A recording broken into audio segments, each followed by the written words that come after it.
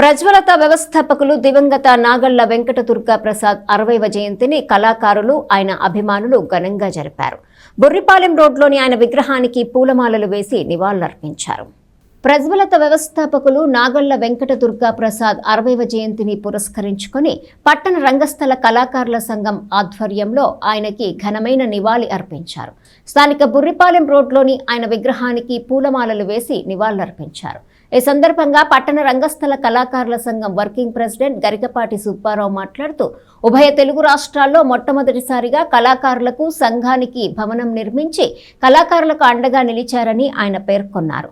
కటివరం మాజీ సర్పంచ్ గంపల నాగేశ్వరరావు, ఎం రామలింగేశ్వరరావు, బెల్లంకొండ వెంకట్లు మాట్లాడుతూ దుర్గా ప్రసాద్ కళారంగానికి చేసిన సేవల్ని ప్రస్తుతించారు.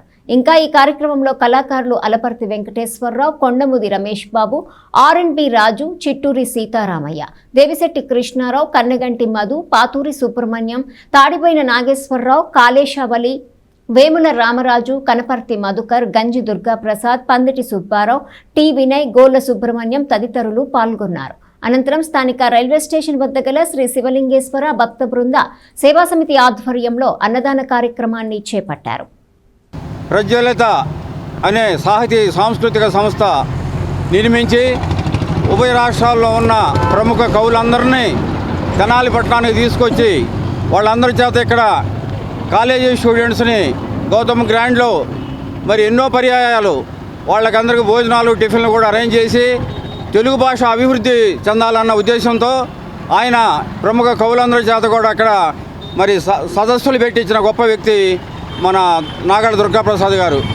అటువంటి వ్యక్తి లేని లోటు తెనాలి పట్టణానికి తీరని లోటు అని చెప్పి సందర్భంగా మీకు అందరికీ తెలియజేస్తూ ప్రజ్వలత వ్యవస్థాపకులు నాగళ్ల దుర్గా ప్రసాద్ గారి జయంతి సందర్భంగా ఈ రోజున ఆయనకి నివాళులు అర్పించడం జరిగింది.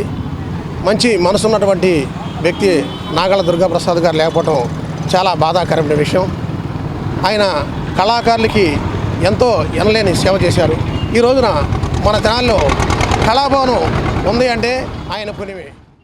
ఈపూరు గ్రామంలో పుట్టినప్పటికీ ఈ కళారంగం మీద మక్కువతో తెనాలొచ్చి తెనాల కళాకారులకు ఒక భవన నిర్మాణం ఏర్పాటు చేసి తర్వాత ఈ కళాకారులకు తర్వాత ముఖ్యంగా సాహిత్య రంగానికి ఎన్నో సాహిత్య కార్యక్రమాలు ఎన్నో అద్భుతంగా నిర్వహించి ఈ తెనాలికి ఒక ప్రత్యేకమైన గుర్తును తీసుకొచ్చిన వ్యక్తి ఆయన.